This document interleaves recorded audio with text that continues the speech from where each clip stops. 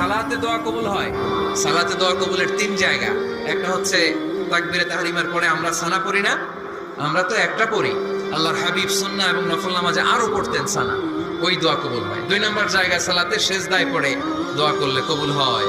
আকরাবু মা ইয়াকুনুল আবদু মির রাব্বিহি ওয়া হুয়া সাজিদ ফাকসিরু ফীহি দুআ। বান্দা যখন সেজদায় লুটিয়ে পড়ে, বান্দা আল্লাহর সবচেয়ে কাছে চলে যায়। এটা কিন্তু বিশ্বনবী বলে, সেজদাটা তোমার রবের কুদরতি পায়ের উপরে করেছে।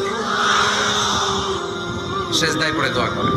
সালাম ফিরানোর আগে বিশ্বনবী দোয়া করতেন, লা ইউসাল্লিমান্না আহাদুকুম হাত্তা ইয়াতাআওয়াযা মিন আরবা'a।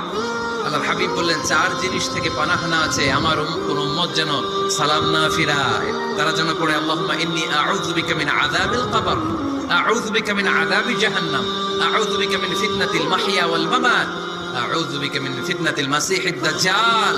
আল্লাহ কবরের আযাব থেকে বাঁচাও, আল্লাহ জাহান্নামের আগুন থেকে বাঁচাও, আল্লাহ জীবন